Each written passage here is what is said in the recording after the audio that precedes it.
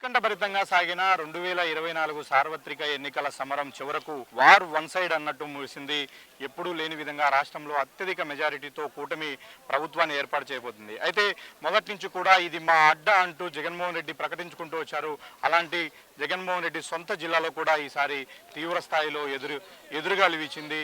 మొత్తము 10 అసెంబ్లీ నియోజకవర్గాలు, 2 పార్లమెంట్లలో కేవలం వైసీపీ 3 అసెంబ్లీలు, 2 పార్లమెంట్లు మాత్రమే గెలిచింది. మనం ఒక్కసారిగా నియోజకవర్గాల వారీగా ఒకసారి మనం పరిశీలిస్తే వైసీపీ గెలిచిన వాటిలో పులివెందుల నుంచి పోటీ చేసినటువంటి జగన్మోహన్ రెడ్డి 61,694 ఓట్ల మెజారిటీతో గెలిచారు. తర్వాత బద్వేల్లో అక్కడ బీజేపీ వర్సెస్ వైసీపీ జరిగింది. ఈ నేపథ్యంలో అక్కడ వైసీపీ అభ్యర్థి 19,965 ఓట్లతో గెలిచారు.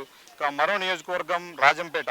మొదటి నుంచి కూడా రాజంపేట వైసీపీకి మైనస్ అవుతుంది అనుకున్నారు. కానీ అనూహ్య పరిణామాల మధ్య స్వల్ప మెజారిటీతో 8,328 ఓట్ల మెజారిటీతో రాజంపేటలో వైసీపీ అభ్యర్థి ఆకిపాటి అమర్నాథ్ రెడ్డి విజయం సాధించారు. ఇక ఎంపీ స్థానాల విషయానికి వస్తే కడప పార్లమెంటు పరిధిలో ఎంపీ అవినాష్ రెడ్డి 69,050 ఓట్ల మెజారిటీతో ఆయన విజయం సాధించారు. త్రిముఖ పోటీలో తీవ్ర పోటీని ఎదుర్కొన్నారు. దానివల్లే భారీ మెజారిటీ తగ్గింది. ముఖ్యంగా పులివెందుల నియోజకవర్గంలో అవినాష్ రెడ్డికి వచ్చినటువంటి మెజారిటీ కారణంగానే ఆయన ఎంపీగా గెలవగలిగారు. అయితే మొదటి నుంచి కూడా షర్మిల పోటీ పైన చాలా ఆసక్తి నెలకొంది. షర్మిల ఎన్ని ఓట్లు తెస్తుంది, అసలు రేసులో ఆమె గెలుస్తుంది అన్నట్లు కూడా ప్రచారం జరిగిన నేపథ్యంలో షర్మిల చివరికి 1,34,380 ఓట్లతో సరిపెట్టుకోవాల్సి వచ్చింది. ఇక రెండో ప్లేస్లో వచ్చినటువంటి టీడీపీ అభ్యర్థి భూపేశ్ రెడ్డి 5,29,758 ఓట్లు సాధించగా వీరిద్దరిపైన 69,000 ఓట్ల మెజారిటీతో గెలిచినటువంటి అవినాష్ రెడ్డి మొత్తం 5,98,808 ఓట్లతో విజయం సాధించారు. ఇక కూటమి గెలిచినటువంటి సీట్ల విషయానికి వస్తే కడపలో గత 20 ఏళ్ల చరిత్రను తిరగరాస్తూ కడప అసెంబ్లీలో టీడీపీ అభ్యర్థి రెడ్డప్పగారి మాధవిరెడ్డి భారీ మెజారిటీతో గెలిచారు. 22,852 ఓట్ల మెజారిటీతో కడప అసెంబ్లీ నుంచి టీడీపీ అభ్యర్థి మాధవిరెడ్డి గెలిచారు. ఇక తర్వాత కమలాపురం నియోజకవర్గంలో చాలా కాలంగా అక్కడ కూడా టీడీపీ పట్టులేదు, టీడీపీ గెలవలేదు. కానీ అలాంటి నియోజకవర్గంలో కూడా ఈసారి అనూహ్య ఫలితాలే వచ్చాయి. అక్కడ నుంచి పుత్త కృష్ణ చైతన్యారెడ్డి ఆయన మొదటిసారి బరిలో దిగారు. నిజానికి వాళ్ళ తండ్రిని పోటీలో పెట్టాలనుకున్నారు, కానీ తండ్రికి బదులు కొడుకు అవకాశం ఇచ్చారు. ఆయన పోటీ చేసిన మొదటిసారే 24,972 ఓట్ల ఆధిక్యంతో ఆయన కమలాపురం నుంచి టీడీపీ అభ్యర్థిగా విజయం సాధించారు. ఇక మొదటి నుంచి కూడా టీడీపీ జిల్లాలో పక్కాగా గెలుస్తుంది అనుకున్నటువంటి సీటు మైదుకూరులో పుట్టా సుధాకర్ యాదవ్ టీడీపీ తరఫున 21,980 ఓట్ల మెజారిటీతో ఆయన విజయం సాధించారు. ఇక మరో కీలకమైన నియోజకవర్గం ప్రొద్దుటూరులో కూడా నువ్వా నేనా అన్నట్టు పోటీ సాగింది. అయితే చివరి వరకు పోరాడినటువంటి రాచమల్లు చేతులెత్తేశాడు.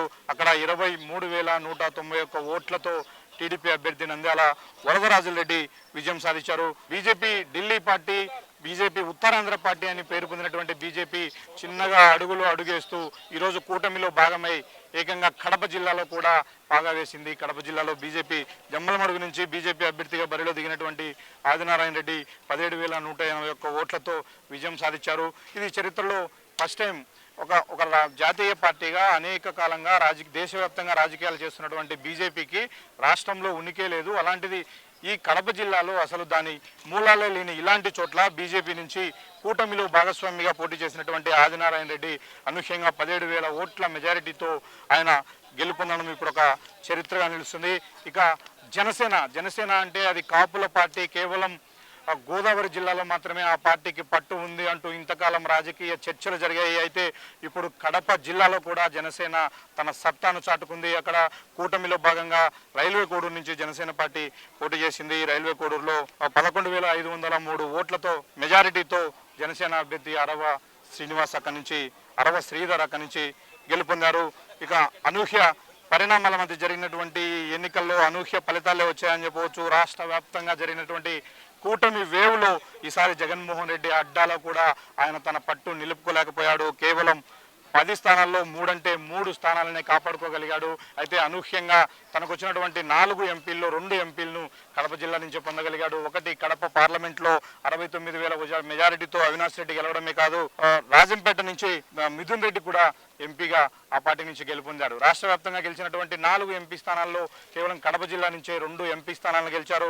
అలాగే రాష్ట్ర వ్యాప్తంగా 10-12 గెలవబోతున్నటువంటి అసెంబ్లీ స్థానాల్లో తన సొంత జిల్లా నుంచి 3 అసెంబ్లీ స్థానాలను వైసీపీ కైవసం చేసుకోగలిగింది.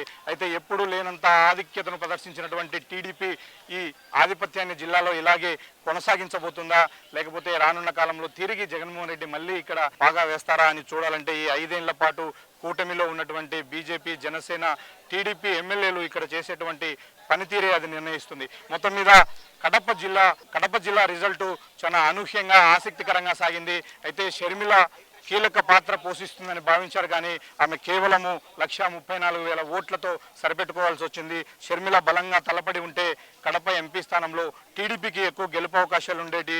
మరికొన్ని ఓట్లనిగినా షర్మిల చీల్చగలిగి ఉంటే ఖచ్చితంగా టీడీపీ ఇక్కడ ఎంపీ స్థానాన్ని కైవసం చేసుకున్నది. ఒకసారి షర్మిల గ్రాఫ్ను మనం గమనిస్తే ఆమెకు కడపలో అత్యధికంగా ఓట్లు వచ్చాయి. కడప అసెంబ్లీ నియోజకవర్గంలోనే ఆమెకు 51,562 ఓట్లను ఆమె పొందగలిగింది. పులివెందులో పెద్ద ఎత్తున ఆమె ఓట్లు సాధించగలుగుతుంది. అన్నకు ఒక ఓటు, చెల్లికి ఒక ఓటు జరుగుతాయి. తద్వారా పెద్ద ఎత్తున వైసీపీ ఓటు క్రాస్ ఓటింగ్ జరుగుతుందని భావించారు, కానీ పులివెందుల్లో ఆమె ఏమాత్రం తన పట్టు నిలుపుకోలేకపోయింది. కేవలం అక్కడ 25,861 ఓట్లను మాత్రమే ఆమె సాధించింది. నిజానికి అక్కడ జగన్మోహన్ రెడ్డికి 61,694 ఓట్లు వచ్చాయి. అవినాష్ రెడ్డికి 1,84,025 ఓట్లు వచ్చాయి. అక్కడ ఓవరాల్గా ఇన్ని ఓట్లను జగన్మోహన్ రెడ్డి కంటే 500 ఓట్లు అవినాష్ రెడ్డికి అక్కడ అత్యధికంగా వచ్చాయి. క్రాస్ ఓటింగ్ జరగకపోగా జగన్మోహన్ రెడ్డి కంటే అవినాష్ రెడ్డి పులివెందుల నియోజకవర్గంలో కీలకమైన నాయకుడిగా దీన్ని బట్టి మనకు అర్థమవుతుంది. కేవలం కడపలో వచ్చినటువంటి కొంత ఓటు బ్యాంకు ద్వారానే ఆమె 134,000 సాధించగలిగింది. తర్వాత అత్యధికంగా కమలాపురం నియోజకవర్గంలో 11,000 ఓట్లు ఆమె సాధించుకోగలిగింది. తర్వాత ప్రొద్దుటూరులో 19,964 ఓట్లు ఆమెకు వచ్చాయి. ఓవరాల్గా 134,380 ఓట్లతో కడప పార్లమెంటు బరిలో 3వ స్థానానికే షర్మిల పరిమితం కావాల్సి వచ్చింది. ఓవరాల్గా ఈరోజు విడుదలైనటువంటి సార్వత్రిక ఎన్నికల ఫలితాల సరళి కడప జిల్లాలో ఈ విధంగా ఉంది. వీడియో జర్నలిస్ట్ నాగమూడి రెడ్డితో సుదర్శన్ రెడ్డి, రాజు న్యూస్, కడప.